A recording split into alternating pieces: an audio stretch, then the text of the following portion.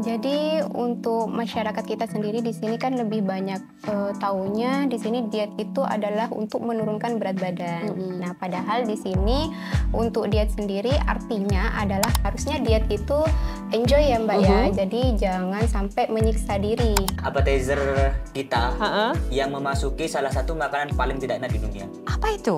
Itu menurut penelitian dunia itu salah satu makanan yang tidak enak sih. Sebenarnya enak sih. Menurut saya enak. Kalau untuk makan malam sendiri sih saya anjurkan untuk 3-4 jam sebelum tidur makannya. Malah kebalikannya sih, kita bukan edukasi, malah tamunya yang makanan yang seimbang tersebut gimana caranya kita mengolah dengan baik. Jadi mengolah dengan baik di situ tidak terlalu banyak konsumsi. Yang paling bagus nih untuk penggorengan tuh penggorengan pertama kali. Itu paling bagus. Pola hidup sehat di sini harus cukup juga untuk tidurnya. Jadi harus tidur. Kan mereka bukan anak SD toh. Harusnya mereka paham kan gitu. Karbohidrat yang bagus yang harus kita pilih di sini adalah karbohidrat yang memiliki indeks glikemik yang rendah. Jadi artinya di situ makanan sehat itu mahal nggak sih? Makanan yang seimbang harus ada karbohidrat, harus ada protein, harus ada lemak, kemudian harus ada Apapun yang berlebihan tidak baik kecuali uang ya teman-teman. Nah, itu baik catet. Untuk makanan pembuka mungkin ambil buah dulu, salad segala macam. Abis itu nyantap nasi goreng.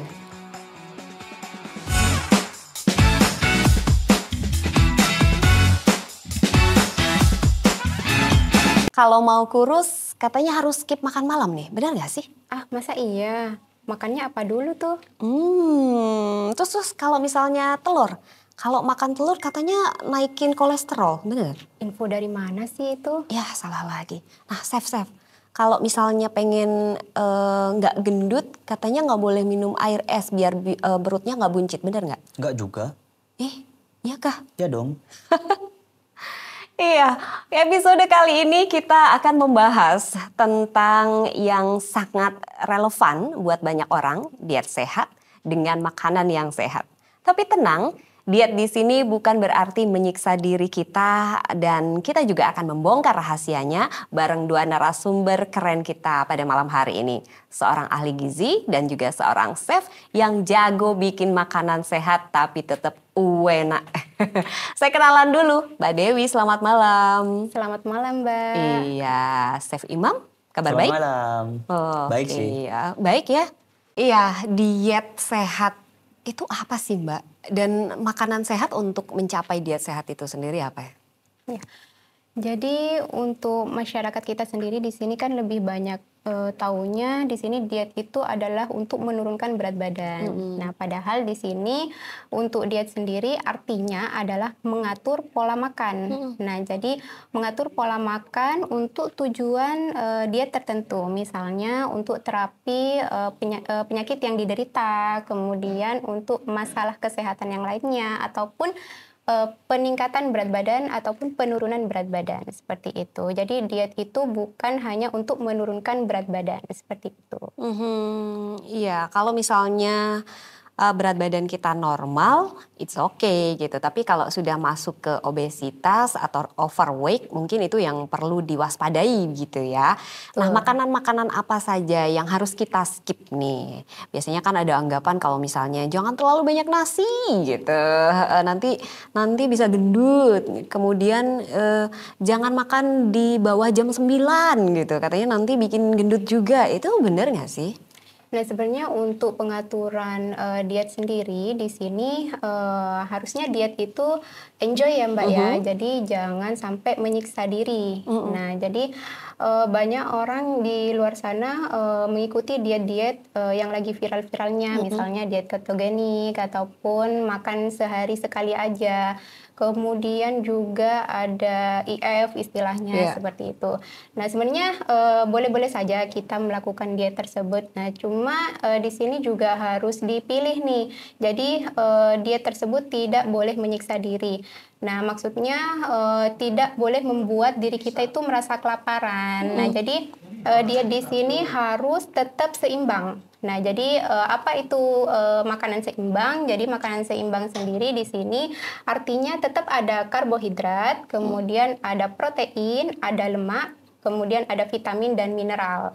Nah, jadi karbohidrat sendiri di sini ada 2 jenis. Jadi untuk karbohidrat yang bagus yang harus kita pilih di sini adalah karbohidrat yang memiliki indeks glikemik yang rendah. Jadi artinya di situ seratnya lebih tinggi nih. Nah, contohnya kayak apa? Kayak misalnya oatmeal, kemudian beras merah. Nasi putih ya boleh. Nah, cuma ya harus ada takarannya. Jadi tidak boleh langsung berlebihan seperti itu. Kalau untuk makan malam sendiri sih saya anjurkan untuk 3-4 jam sebelum tidur makannya. Nah, jadi di situ harus ada jeda untuk mencerna makanan terlebih dahulu. Kalau misalkan habis makan langsung tidur, nah di situ pencernaan belum selesai. Nah, kemudian kita bangun nih di pagi hari, nah itu perut akan terasa begah. Jadi bisa nyeri ulu hati juga seperti itu. Jadi akan mengakibatkan gangguan pencernaan juga seperti itu. Nah, itu yang nggak boleh kalau misalnya abis makan terus tidur gitu ya. Betul. Kebanyakan kita kalau misalnya nggak bisa tidur kita makan. Nah, katanya kalau abis makan tuh lelap tidurnya gitu. Padahal di situ salah. Iya, dan kemudian juga terkait dengan pola hidup kita gitu ya. Ketika tadi Mbak Dewi mengatakan bahwasanya kalau misalnya 3 jam sebelum tidur. Yeah. Nah, tidurnya jam berapa dulu gitu ya, Yeah. barangkali ya. Kalau misalnya tidurnya jam 3 dini hari, mungkin nggak juga, beda lagi ya. Sebenarnya untuk pola hidup sehat di sini harus cukup juga untuk tidurnya. Jadi harus tidur 7-8 jam sehari seperti itu. Jadi saya sarankan sih tidur terakhir itu sekitar jam 9, paling mentok itu jam 10 malam seperti itu. Jadi kalau misalnya tidurnya jam 9 berarti otomatis jam 6 sore itu sudah harus makan ya. selesai makannya seperti itu. Kalau jam 7 masih toleransi lah. Ya boleh lah. Boleh lah. Nego. Ya boleh. Nah, terkait dengan makanan yang kadang kita tuh nggak bisa nolak nih, hilaf nih. Ini kaitannya dengan chef nih, Chef Imam. Chef, ketika kita menghadapi makanan yang enak-enak, itu gimana ya, Chef? Mau nolak juga mubazir yang nggak dimakan, mubazir dimakan pun kita takut menyalahi diet yang tadi dijelaskan oleh Mbak Dewi gitu. Sebenarnya makanan apa sih, Chef, yang dalam hal kandungan-kandungan yang tadi dijelaskan oleh Mbak Dewi bisa membantu diet sehat kita? Kalau menurut saya ini lebih ke appetizer sih. Appetizer tuh kayak makanan pembuka. Jadi biasanya teman-teman yang emang pola hidupnya sehat itu lebih suka makanan appetizer daripada main course, si makanan beratnya. Contohnya kayak salad buah tuh. Terus kalau Indonesian foodnya itu kita ada kayak gado-gado. Terus ada ketoprak tanpa lontong. Ketoprak tanpa lontong. Ya. Jadi cuma tahu aja? Iya benar. Terus apa lagi nih, Chef? Ada urap-urap.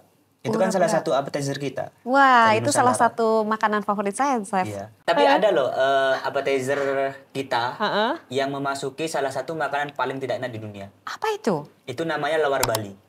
Lawar Dia Bali. mirip sama urap-urap, tapi bedanya dia pakai bumbu kuning sama daging ayam.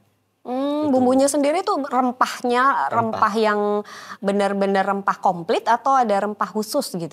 Rempah komplit, tapi nggak sekomplit si urap-urap. Kebanyakan kan urap-urap, apalagi di Madura khususnya, itu kan lebih ke bumbu putih. Kita pakai bumbu putih, sayur yang udah di blend, habis itu kita pakai parutan kelapa. Iya. Gitu. Kalau si lawar Bali ini lebih ke cuman kacang panjang yang dipotong, daging ayam, bumbu kuning sama parutan kelapa.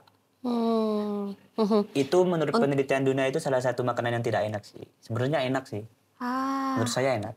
Iya, mungkin di lidah kebanyakan orang kan beda-beda ya, Beda-beda beda emang. daerah, beda ciri khas masakan gitu. Kemudian juga ciri khas bumbu di dalamnya, barangkali itu kali ya. Nah, kalau untuk makanan pembuka seperti yang tadi disampaikan oleh Chef, bisa nggak makanan yang disebutkan tadi itu bisa menjadi makan pagi atau sarapan?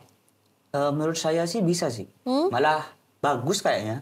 Mm-mm. Contohnya banyak klien-klien atau customer-customer itu lebih milih di pagi hari itu ketika mereka turun breakfast itu mereka Mm-mm. ambil buah dulu, habis Hmm. itu minum air dulu gitu kan buat Mhm. ya namanya juga makanan pembuka. Jadi buat mendahului sebelum mereka makan makanan berat. Mhm. Jadi kayak salad-salad mereka Mhm. makan dulu habis Aha, itu. salad bagus ya, Chef ya? Salad bagus sih menurut saya. Aha. Biasanya kalau misalnya di hotel itu sendiri, karena Chef bekerja di salah satu hotel di Sumeneb, untuk makanan pembuka mungkin ambil buah dulu, Wah, salad segala macam. Abis itu nyantap nasi goreng. Boleh nggak boleh seperti sih itu? sebenarnya boleh sah Heeh. saja Asal sih langsung. takarannya kali ya, Chef Takaran ya. pas. Kalau untuk Mbak Dewi sendiri, Ya. untuk pola makan dengan menu yang sehat seperti yang tadi disampaikan, itu apa aja? Barangkali ada rekomendasi-rekomendasi. Sebenarnya semua makanan yang alami itu adalah makanan yang sehat. Jadi yang penting di sini harus seimbang ya Mbak. Nah jadi seperti saya bilang tadi itu makanan yang seimbang harus ada karbohidrat, harus ada protein, harus ada lemak, kemudian harus ada vitamin dan mineral seperti itu. Untuk karbohidrat sendiri di sini harus ada nasi ataupun bisa diganti ke beras merah, kemudian ataupun kentang ataupun umbi-umbian itu juga bisa seperti itu. Jadi tidak melulu harus nasi ya Mbak ya seperti itu. Kemudian juga untuk protein di sini ada protein hewani dan protein nabati. Ya. Nah, untuk protein hewani di sini bisa daging ayam, daging sapi, kemudian telur. Nah, tadi nanya ya telur itu bagus enggak ya? Iya. Nah, telur itu bagus. Jadi itu salah satu kandungan proteinnya juga tinggi seperti itu. Kemudian ada protein nabati. Protein nabati di sini ada bisa tahu, ada tempe atau kacang-kacangan seperti itu. Kemudian vitamin dan mineral di sini kebanyakan dari buah dan sayur seperti itu. Jadi makanan yang seimbang tersebut gimana caranya kita mengolah dengan baik. Jadi mengolah dengan baik di situ tidak terlalu banyak konsumsi lemak jenuh. Nah, jadi misalnya nih terlalu banyak penggunaan minyak di situ. Nah, lemak jenuh di sini contohnya seperti minyak kelapa sawit ataupun santan, kemudian mentega seperti itu. Itu tidak dianjurkan ya, Mbak? Ya, sebenarnya untuk takarannya itu lebih pasnya di sini dibatasi sebanyak 67 gram lemak. Jadi sekitar 5 sendok makan dalam sehari. Jadi tidak boleh lebih dari itu. Nah, jadi sebenarnya bisa kita alihkan nih lemak jenuh ke lemak yang tak jenuh. Contohnya seperti margarin, kemudian juga minyak jagung atau minyak zaitun. Itu juga bagus. Seperti itu. Iya, jadi pemilihan minyak ini juga sangat berpengaruh. Apa kabar kalau misalnya kita menggunakan minyak curah ya, atau minyak kalau orang sini bilang minyak jelentah gitu, minyak yang sudah bolak-balik dipakai gitu. Nah, itu barangkali juga endapan ininya juga banyak ya. Nah, jadi kalau Chef kalau di hotel sendiri berapa kali ketika minyak itu digunakan? Sekali buang atau 2 kali atau 3 kali seperti apa juga ada standarnya juga, Chef? Kalau khusus saya sendiri sih di hotel itu tak terapin yang paling bagus nih. Untuk penggorengan itu penggorengan pertama kali. Itu paling bagus. Penggorengan kedua sama ketiga itu baru agak menurun kualitasnya. Karena dia ngasilin satu zat yang mungkin nggak bagus untuk tubuh. Yang di penggorengan keduanya. Jadi kalau di hotel tuh paling mentok 3 sih, harusnya 3. 3 kali itu udah over. 3 kali udah nggak dipakai lagi Iya, gitu ya. 3 kali Itu sudah udah over. maksimal. Nah, kita juga pengen tahu seperti apa diet-diet pada umumnya yang sering diterapkan oleh kebanyakan orang. Apalagi sekarang zamannya kalau misalnya katanya sehari makannya sekali gitu. Kemudian kalau nggak jam 9 nggak makan gitu. Atau nyekip yang namanya nasi, makannya telur dan buah dan lain-lain. Kita pengen cari tahu setelah yang satu ini.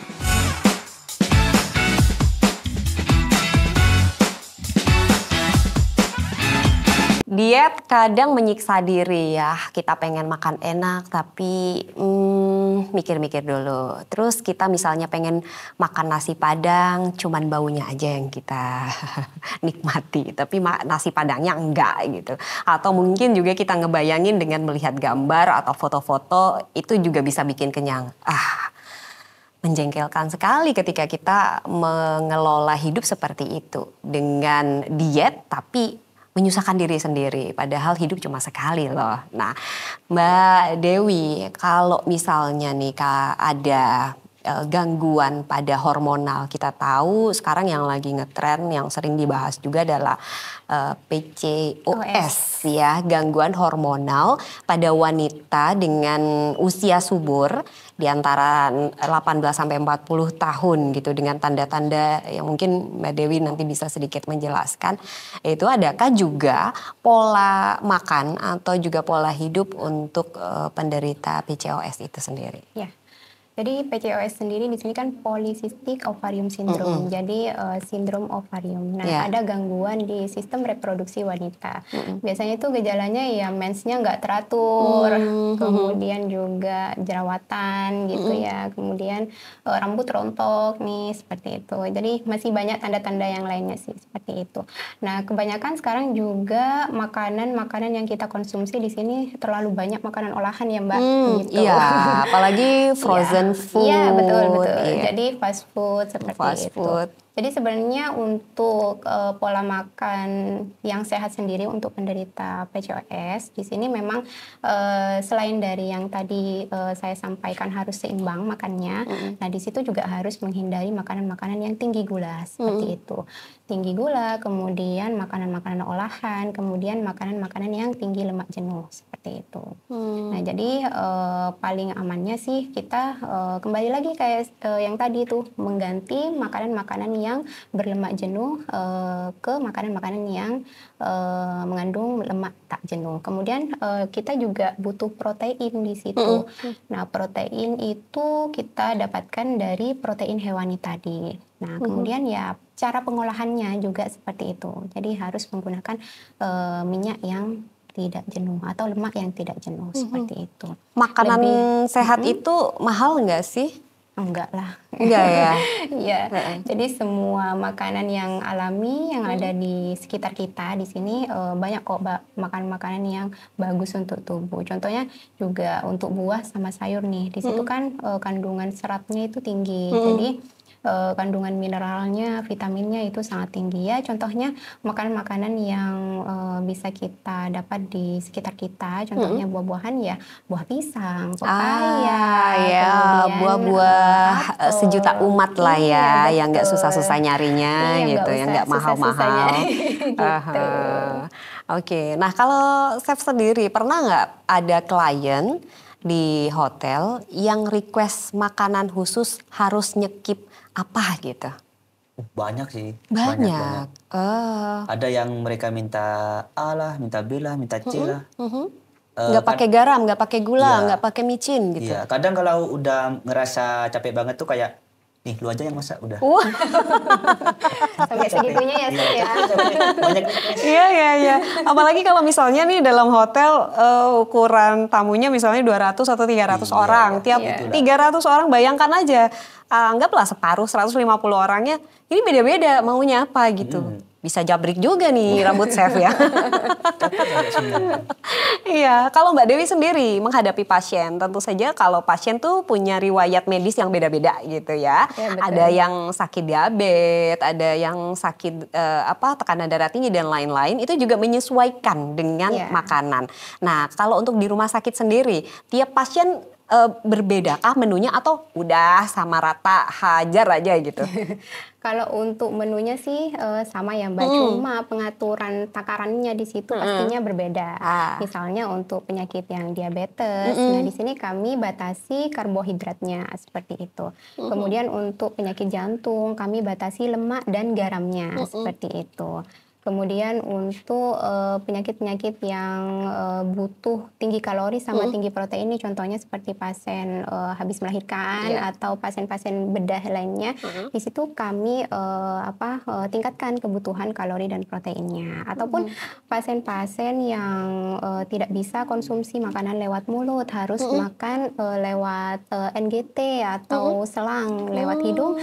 Nah di situ juga kami berikan diet yang sesuai dengan jenis penyakitnya seperti itu. Pastinya ya beda-beda, cuma ya untuk menunya, untuk menu siklusnya di situ memang sama, cuma takarannya di situ kami bedakan seperti itu. Takarannya yang beda. Pernah ada komplain karena faktor alergi nggak? Baik Mbak Dewi maupun Chef. Kalau di rumah sakit saya di situ kan ada ahli gizinya nih.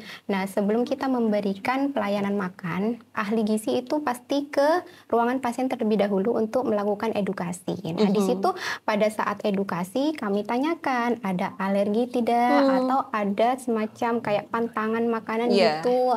Kadang kan orang nggak mau makan daging atau nggak mau makan ayam ya. Jadi nanti kita alihkan ke menu yang lain seperti itu. Kalau Chef Imam? Malah kebalikannya sih, kita bukan edukasi, malah tamunya yang request. Sebenarnya nggak request, ada soalnya beda-beda dalam kasus satu kasus sama satu kasus lain itu beda. Contoh kasus yang buffet atau prasmanan, nah, biasanya tamu itu datang kayak, chef ini apa nih? Ada ini nggak chef? Chef ini pakai ini nggak chef? Baru kita jelasin, oh enggak bu, kita nggak pakai ini. Nah, berarti mereka itu sadar akan alergi mereka sendiri. Aware ya. Untuk kasus yang kedua itu ala carte atau biasanya konsumen atau customer itu pesen. Jadi kayak request khusus. Request ini kan. Tapi di sisi lain itu waiters atau service itu biasanya jelasin komposisinya apa aja, terus isinya apa aja, pakainya apa aja, itu biasanya waiters atau service itu ngejelasin. Jadi si tamu juga paham, oh berarti ada ini nih, berarti gua gak boleh makan ini. Gitu. Pernah menghadapi yang requestannya aneh, bisa dikategorikan aneh gitu? Aneh ada, banyak malah. Apa itu salah satunya? Salah satunya ada orang minta minuman ada. Minuman tuh ada orang yang pesen karamel latte tanpa gula. Bayangin. Karamel kan itu dari gula, Chef. Right, itu. Lalu? Terus kita sebagai pekerja F&B harus jawab apa? Harus ngejelasin dulu. Kan mereka bukan anak SD toh. Harusnya mereka paham kan gitu. Ada juga kalau yang di makanan tuh mereka mau salad, makanan sehat. Minta mayones tanpa telur. Padahal kita tahu sendiri mayones itu mengandung telur. Iya. Itulah salah satu tantangan baik ahli gizi maupun juga chef gitu. Kita juga nanti akan mengulik bagaimana sih dan mencontohkan barangkali makanan sehat seperti apa gitu. Atau mungkin juga nanti antara chef dan juga Mbak Dewi juga memaparkan ini loh makanan sehat itu gitu. Atau mungkin juga ada yang requestan nyeleneh gitu, ada requestan ini ayamnya ayam apa? Ayam broiler, ayam kampung, atau ayam hidup? Enggak ya? Enggak ada ya seperti itu? Enggak ada ya? Lebih ke itu sih, mereka tanya misalnya steak nih. Chef, ini steaknya sapinya cewek apa cowok? Oh gitu. Aduh. Kesitu. Jadi tambah pening lah kepala chef ya. Oke, kita juga pengen tahu seperti apa makanan-makanan sehat yang tadi disebutkan oleh Chef Imam dan juga Mbak Dewi.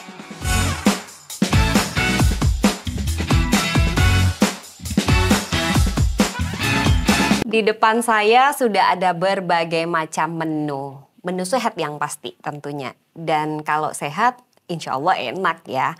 Chef, mau peragain apa ini Chef? Sebelum nanti Mbak Dewi juga bukan mempraktekkan ya. Lebih ke ini loh makanan sehat yang ada di rumah sakit yang sering dikonsumsi juga oleh pasien dan juga orang umum ya. Nah, Chef ada apa aja nih Chef? Justru ini malah kebalikan dari makanan sehat sih sebenarnya. Ini temanya kan Makanan enak ya? makanan enak, lebih ke makanan enak dan nggak sehat sih. Nggak sehat. Iya, harusnya nggak sehat karena kalorinya banyak, lemak jenuhnya banyak, dan micinnya juga lumayan banyak. Jadi ini untuk makanan yang harus dihindari ya teman-teman.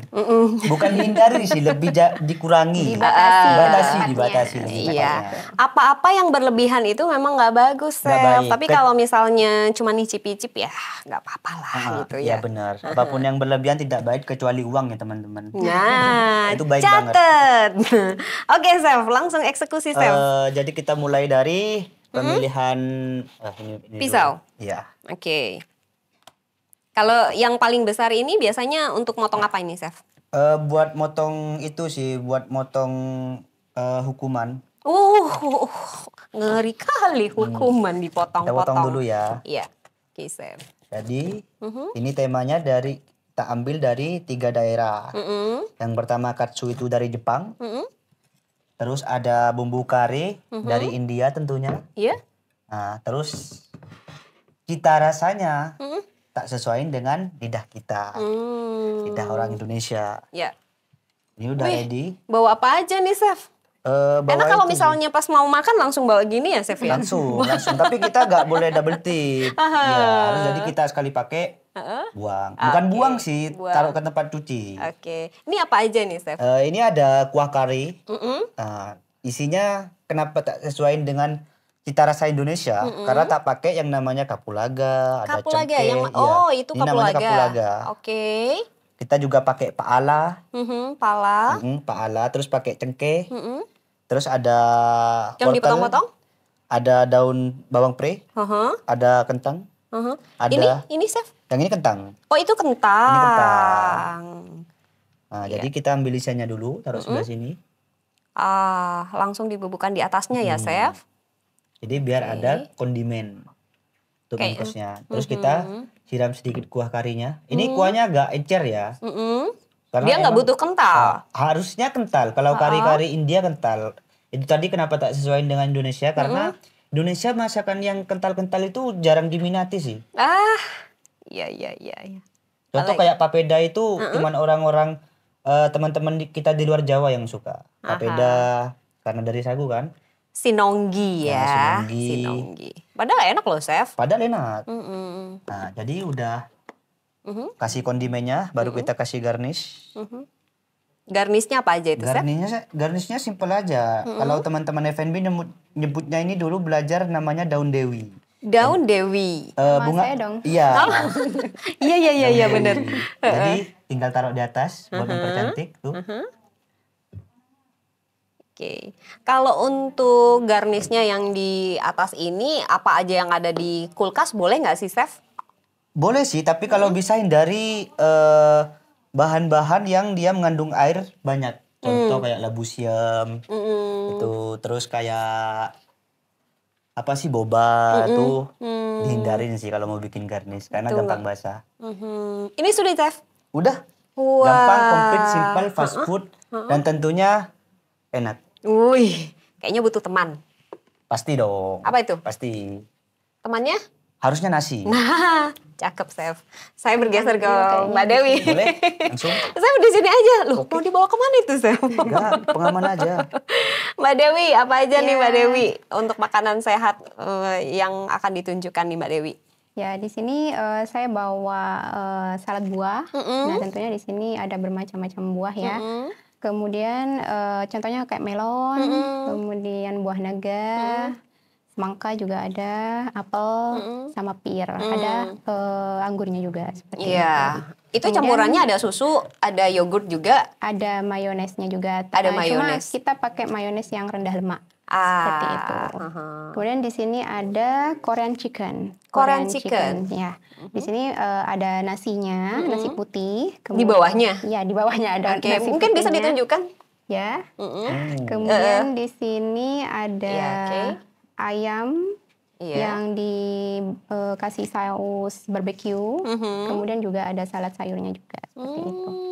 Ini saya juga bawa tahu bakso nih. Tahu bakso. Ya, betul. Nah, ini cemilan Fried. favorit ini, Chef. Chef mau nggak? Kemudian di Mau sini dong. juga Wih. ada jus. Nah, biasanya juga kalau ada yang request jus-jus buah mix itu juga bisa tanpa gula, tanpa susu itu juga bisa seperti itu. Sebenarnya di rumah sakit tempat saya bekerja di sini selain dari melayani pasien juga melayani keluarga pasien seperti itu. Jadi kalau misalkan dulunya kan tidak ada catering sehat nih, nah biasanya pasien atau keluarga pasien di sini beli makanan di luar. Nah, pada saat ada catering sehat di sini lebih banyak pesen ke catering sehat kami seperti itu. Boleh request juga. Boleh. Kayak nasi goreng tanpa nasi itu bisa. Gorengannya aja, Chef. Oh. Berat ya seperti itu. Berat, berat, berat. Nah, di sini juga ada berbagai macam pelayanan jenis diet ya, Mbak. Di sini ada paket healthy 1, paket healthy 2, paket healthy 3, sama paket MPASI.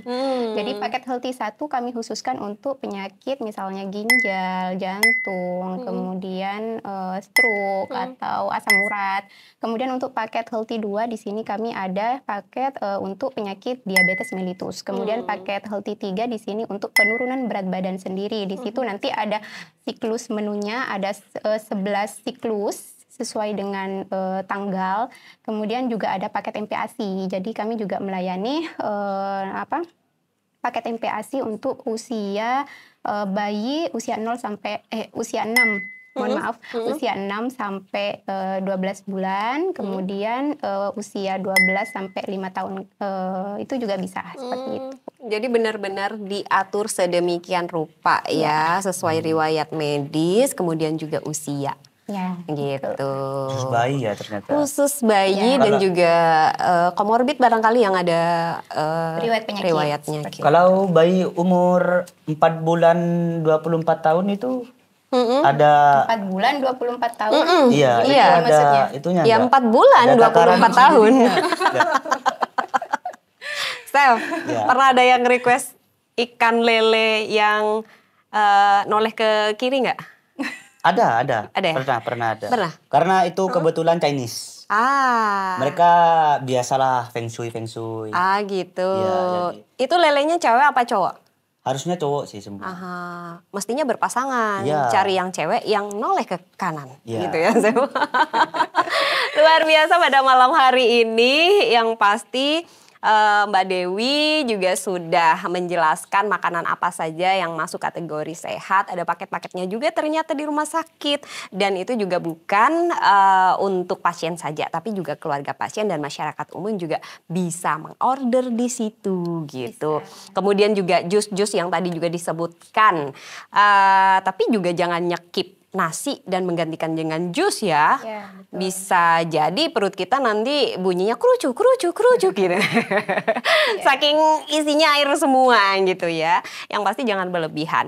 Kemudian tadi Chef Imam sudah memplating, ini tadi apa namanya Chef? Lupa. Chicken katsu curry. Chicken cashew curry Iya. ya, chicken cashew curry ya, dari tangan Chef Imam tadi. Saya pengen nyicip tapi saya butuh teman di sini. Temannya adalah nasi. Nantilah kita cari nasi ya. Dan yang pasti segala sesuatunya yang berlebihan itu tidak baik. Kecuali uang. Kecuali uang, betul sekali, Chef. Kalau uang sebanyak-banyaknya, Ya. tapi juga kita harus pandai-pandai untuk memanage. Dan ibaratkan ketika tubuh kita mendapatkan sesuatu yang berlebihan, itu juga tidak baik. Segala sesuatunya ketika ada takarannya, tidak berlebihan, dan diatur sedemikian rupa, hidup kamu pasti akan sehat. Terima kasih Chef Imam, terima kasih juga Mbak Dewi, Ya, terima sama-sama, kasih Mbak Dian. sudah hadir di Qcast pada malam hari ini. Semoga tadi yang sudah disampaikan Chef Imam maupun juga Mbak Dewi bisa menginspirasi kita yang biasanya untuk diet kita nyekip A, B, C, D, E, tapi sebenarnya enggak juga, enggak harus gitu. Dan sampai jumpa di episode berikutnya dengan topik yang berbeda. Diana pamit, see you!